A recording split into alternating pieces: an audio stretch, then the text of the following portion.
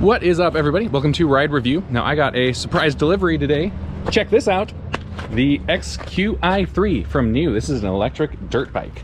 Now, it's, I mean, not 100% surprise delivery. I was expecting to get this. I thought they were sending it to me fully assembled, but as you can see, it is most definitely not assembled yet. So we're going to do an impromptu just unboxing and first impressions video. This is my first electric dirt bike, so I'm excited to check this thing out. Let's get into it. Now, this is pretty cool. I haven't seen packing like this before. They've actually got a metal frame inside of the box running the the entirety of it, and I mean it actually extends down below it here. You can see it. So that is actually protecting everything. There is additional packing, styrofoam and stuff like you typically see with maybe like an e-bike, but this is pretty heavy duty. I've never gotten a motorcycle in a box period, so I don't know if this is standard, but it looks like they're doing a great job with just how they pack it. I'd be shocked if there was any damage. Although I am kind of wondering what the heck I will do with all this extra metal laying around. I'm sure I'll figure something out. All right, let's keep tearing it apart. All right, got it partially out of here. That's the front wheel. Everything looks to be in awesome condition. I haven't found any kind of like scratches or damage or anything. I ended up having to get my tools so I could take apart the metal frame that was around it. I've just got kind of thrown it in my truck here, but I've got it apart enough that I'll be able to get it out. From here, this could be kind of challenging. Usually I set up electric bicycles by myself all the time. They're quite a bit lighter weight. This is pretty hefty, but I think what I'm going to do is I'll take the battery out so it's a little bit lighter weight, and then see if I can put it upside down to put the front wheel on. That's the part that is nice to have another person with. But they've got this plate on top where the handlebars will mount right here. That's just kind of like a protective thing. So I think I can set it upside down, just kind of on this, and the seat might be a little precariously balanced. But, or else I could put the handlebars on first and put it on them. But I'll try it with that first and see.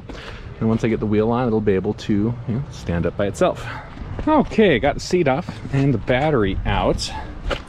There's, you have to put the keys in right over here and then turn it all the way to the left to unlock the seat and remove it.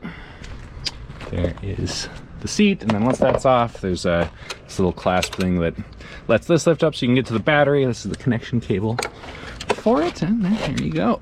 That's pretty hefty. I mean, I don't know. It feels like probably 20-ish pounds. I'll weigh it later, see what it is.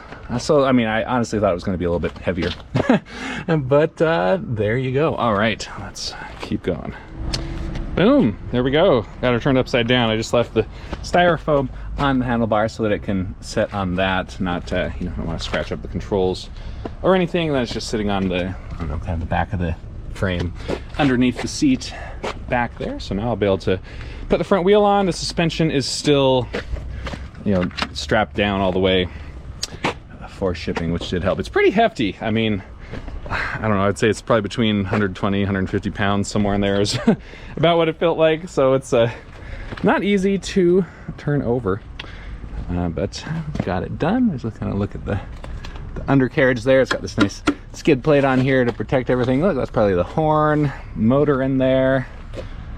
Yeah, love the look of this. All right, let's keep rolling. All right, front wheel and front brake rotor are attached.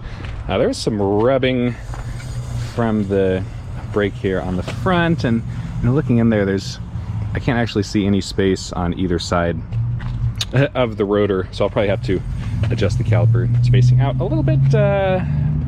We'll deal with that later.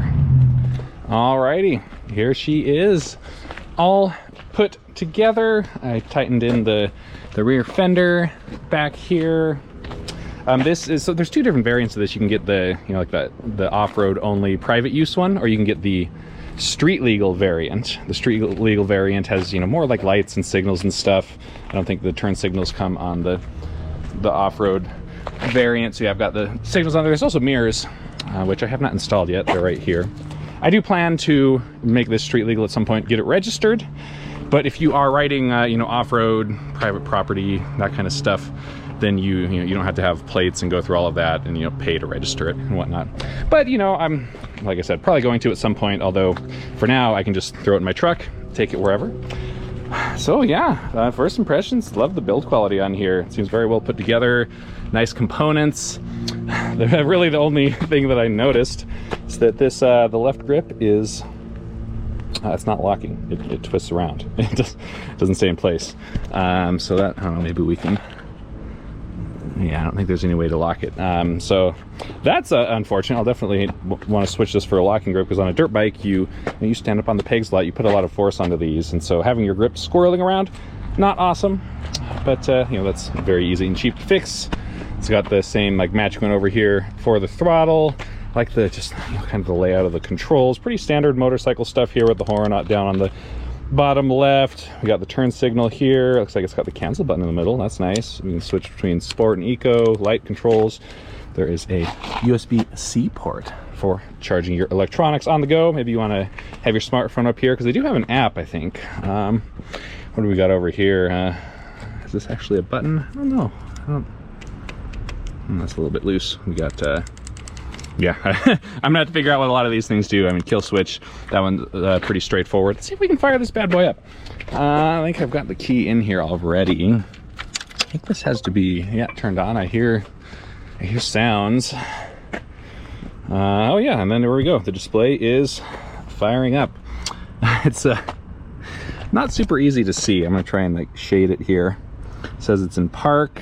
What if we press the kill switch over here? Can we get it to turn on?